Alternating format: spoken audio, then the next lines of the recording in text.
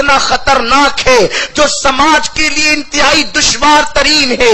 یہ سیریل کی نحوستیں، یہ سیریل کی لعنتیں ٹی وی کے ذریعے سے تمہارے گھر کے اندر آ رہی ہے، یہ فلموں کی لعنتیں ٹی وی کے ذریعے سے تمہارے گھروں کے اندر آ رہی ہے۔ آج کل لوگوں کو کہا جائے اپنے گھروں میں ٹی وی کیوں لاتے ہو تو کوئی کہتا ہے اسلامی چینل دیکھنے کے لیے۔ میں کہتا ہوں اسلامی ایک چینل دیکھنے کے لیے، 2 چینل دیکھنے کے لیے، درجنوں وہ چینل جس پہ عریانیت دکھائی جا رہی ہے، جس پر گندگی دکھائی جا رہی ہے، جس پر فحاشی دکھائی جا رہی ہے۔ مجھے بتاؤ، شوہر جب تک گھر میں رہے گا ممکن ہے اس کے خوف کی وجہ سے عورتیں اسلامی چینل دیکھے، لیکن شوہر گھر سے باہر نکلے گا تو بچے بھی عریانیت کی طرف جائیں گے، عورتیں بھی عریانیت کی طرف جائیں گی۔ میں تم سے پوچھنا چاہتا ہوں، آج جو مسلم بچیاں بھاگ رہی ہے، آج جو مسلم بچیاں غیروں کا ہاتھ پکڑ رہی ہے، یہ افیئر کے معاملات، یہ ناجائز تعلقات، مجھے بتاؤ کون سی عورت آ کر کے تمہیں سکھاتی ہے؟ تمہاری بیٹیوں کو سکھاتی ہے، تمہارے گھروں میں ٹریننگ دی جاتی ہے۔ پتا چلا کوئی ٹریننگ دینے نہیں آتا۔ اگر یہ بچیاں سیکھتی ہے تو سیریل کے ذریعے سے سیکھتی ہے، فلموں کے ذریعے سے سیکھتی ہے۔ 1-2 چینل کی وجہ سے گھر میں ٹی وی لا کر کے تم اپنے لیے قیامت بپا کر رہے ہو، تم اپنے گھر کو جہنم کا ایندھن بنا رہے ہو۔ مجھے بھی گھر میں لانے کا بڑا شوق ہے، لیکن ٹی وی گھر میں لانے والوں اور سیریل کے دروازے کھولنے والوں، تم گویا کہ اپنی عورتوں کے لیے ناجائز راہوں کو ہموار کر رہے ہو، اپنی بیٹیوں کو آوارگی کا رستہ دکھا رہے ہو۔ جب بھی لوگوں نے قرآن و سنت سے منہ پھیرا ہے ان کو رونا نصیب ہوا۔ اللہ کے رسول صلی اللہ علیہ وسلم نے قیامت کی نشانیوں میں سے ایک نشانی یہ بھی بیان کیا، جب یہ حدیث سامنے آتی ہے تو کلیجہ منہ کو آتا ہے۔ آقا فرماتے قیامت کی نشانیوں میں سے ایک نشانی یہ ہے کہ اکثر بچے ان کے باپوں کے نہیں ہوں گے، وہ کسی اور کے ہوں گے۔ زنا اتنی کثرت سے ہوگا کہ بچوں کی اکثریت ناجائز ہوگی۔ آج آپ اس کو بھی دیکھ لیں، اور میری زبان حیا اس بات کی اجازت نہیں دیتی کہ میں ان الفاظ کو اپنے الفاظ میں تشریح کر کے آپ کے سامنے پیش کروں۔ اہل خیرت پر آیا ہے، اہل شعور جانتے ہیں، دانشوروں کے سامنے یہ منظر موجود ہے کہ اللہ اکبر، زنا کتنی کثرت سے ہو رہا ہے، زنا کو کتنا عام کر دیا گیا ہے، اور اس کا سب سے بڑا سبب گھروں میں سیریل ہے۔ سیریل کے مناظر وہ ہیں کہ بچیوں کو باضابطہ طور پر ٹریننگ دی جاتی ہے۔ میرے پیارے آقا علیہ السلام کے پیارے دیوانوں، ظاہر میں ہم نے اپنے حلیے کو دیندار بنایا، ہم نے ظاہر میں اپنے آپ کو تبدیل کیا۔ اللہ اکبر، اللہ اکبر۔ میرے پیارے آقا علیہ السلام کے پیارے دیوانوں، دلوں سے خشیت ربانی ختم ہو گئی، دلوں سے خوف خدا ختم ہو گیا۔ اب جب پکنک پر جاتے ہیں تو زنا کا پلان لے کر کے جاتے ہیں، عیاشی کا ماحول لے کر کے جاتے ہیں، برائی کے اڈوں کو آباد کرنے کے لیے لے کر جاتے ہیں۔ میرے پیارے آقا علیہ السلام کے پیارے دیوانوں، اللہ کے حبیب کے فرمان کا مفہوم ہے، میرے آقا نے ارشاد فرمایا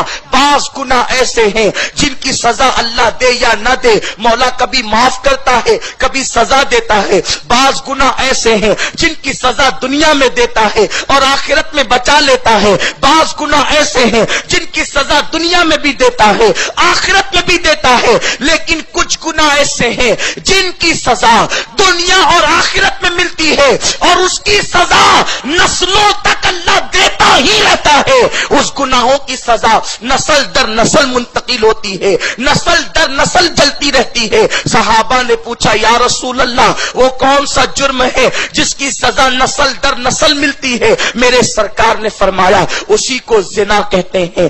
آج زنا کو عام کر دیا گیا۔ میرے آقا مصطفیٰ کریم رؤوف الرحیم صلی اللہ علیہ وسلم فرماتے ہیں عورتیں کپڑے پہننے کے بعد بھی ننگی رہیں گی۔ آقا کریم ने फरमाया, सहाबा को ताज्जुब हुआ, या रसूल अल्लाह वो दौर भी आएगा कि औरतें कपड़े पहनकर नंगी होगी, लेकिन सरकार ये मतलब समझ में नहीं आया कि कोई कपड़ा पहनकर नंगा कैसे रह सकता है। तो मेरे सरकार ने फरमाया, कपड़े पहनकर नंगा रहने का मतलब ये है कि माज़अल्लाह वो औरतें इतने बारीक और पतले लिबास पहनेगी कि कपड़े पहनने के बाद भी उनके जिस्म का नशीबो फराज नजर आएगा, इतने तंग और फिटिंग में कपड़े पहनेगी कि कपड़े पहनने के बाद भी जिस्म की हयत कज़ाई नजर आएगी। मेरे प्यारे आका अलैहिस्सलाम के प्यारे दीवानों, आज वो कपड़े पसंदीदा नहीं हो गए, आज उन कपड़ों से मोहब्बत नहीं हो गई।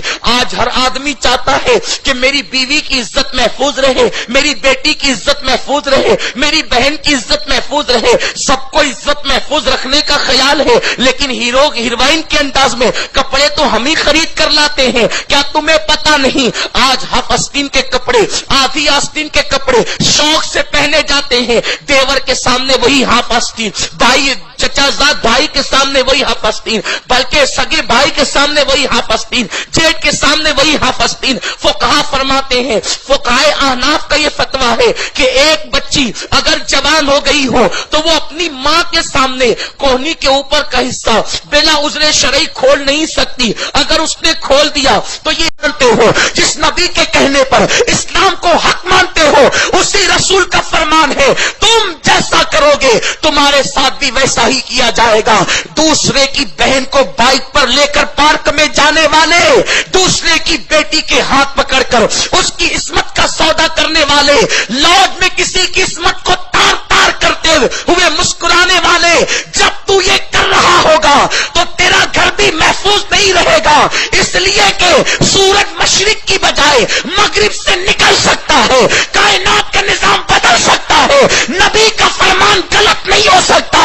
अगर तुम चाहते हो तुम्हारी बेटियों की इज्जत महफूज रहे, तुम्हारी बहनों की इज्जत महफूज रहे, अगर आज से पहले ये खता हो गई है तो सच्चे दिल से तौबा कर लो। तौबा करने वालों को माफ कर दिया जाता है, और अगर तौबा नहीं किए यही करते रहे, एक दिन इस फकीर कादरी के जुमलों को तुम जरूर याद करोगे। इख्तिताम पर अपने भाइयों को पैगाम दे रहा हूं।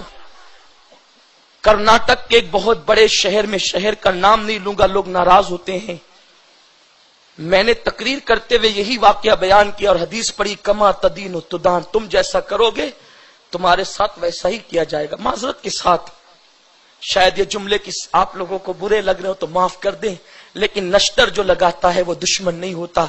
और मेरे बुजुर्ग भाइयों ने मुझे यही उन्वान दिया है।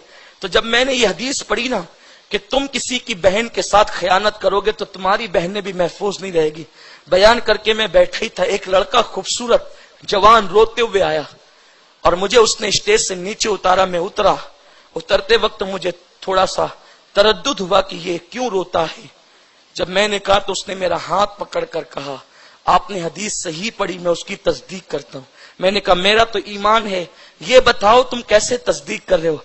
कहा कि चंद दिनों पहले की बात है, यहां से हम लोग जो है वो शहर के बीचों बीच एक पार्क है, उसी के करीब लॉज है, दोस्तों के साथ जब मैं लॉज में गया तो हौज मौज करने के लिए हमने अजराए मजाक उस लॉज के मैनेजर से कहा, जरा बताना तेरी लिस्ट में कौन सी लड़कियां हैं ताकि हम उन्हें मंगवा कर उनके साथ ऐश करें।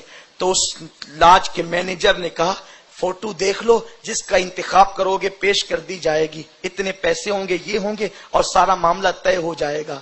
तो वो लड़का कहता है मुझसे, अल्लाह की इज्जत की कसम, उस लड़के ने कहा रोते हुए, जब उस लॉज के मैनेजर ने फोटो को काउंटर पर बिखेरा तो एक चेहरे पर नजर पड़ी तो मेरे दिल में आग सी लग गई। उस हुस्न को देखकर मेरे पैरों के नीचे से जमीन खिसक गई। उसी फोटो पर मेरी नजर जम गई। मैंने उठाकर उसको देखता रहा, मुझे यकीन नहीं आता था कि मैं फोटो देख रहा हूं या ख्वाब देख रहा हूं। मैंने कहा क्यों?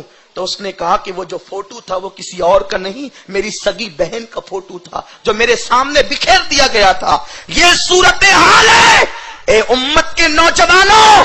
आज अफ्रीका की सरजमीन पर हालात ये हैं कि मुस्लिमानों को कत्ल करके ان کی لاش کو بھون بھون کر کفار کھا رہے ہیں۔ سیریا کا حال یہ ہے، مزارات اولیاء کو شہید کیا جا رہا ہے، مسلم نوجوانوں کو کفن تک میسر نہیں۔ ہندوستان کے مسلمانوں، تم کس دن بیدار ہوں گے؟ تمہاری آنکھیں کب کھلے گی؟ کیا جوانی اس کے لیے تھی جو تم کر رہے ہو، یا جوانی اس کے لیے تھی جو محمد بن قاسم نے کیا، جو طارق بن زیاد نے کیا، جو علی اکبر نے کیا؟ جوانی عیاشی کے لیے نہیں ہے، جوانی راتوں کو مسلح پر